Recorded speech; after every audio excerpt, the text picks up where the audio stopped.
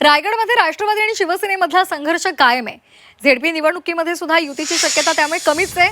सुनील तटकरे यांनी शिवसेनेसोबत न जाण्याचे संकेत दिले। शिवसेना आमदारांच्या विधानाची आठवण सुद्धा त्यांनी करून दिली आहे। भाजपसोबत युतीचा मार्ग मोकळा आहे असं त्यांनी म्हटलेलं आहे।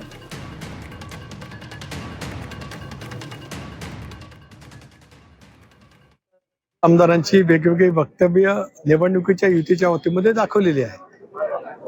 भरत गोगावले असतील, महेंद्र दळवी असतील, महेंद्र थुर्वे असतील, त्याच्यामुळे युतीबद्दलची आग पाखड गेले त्यांची 3-4 महिने ते सतत करत आले। राष्ट्रवादी काँग्रेस पक्षाच्या सोबत आम्ही लढणार नाही ते सांगत आले। त्याच्यामुळे आता याच्यात काय तणाव झाला निर्माण काहीच नाही।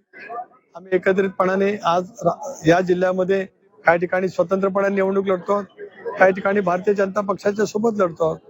त्याच्यामुळे स्थानिक स्वराज्य संस्थांच्या निवडणुकीचा एक टप्पा पार पडला जातोय।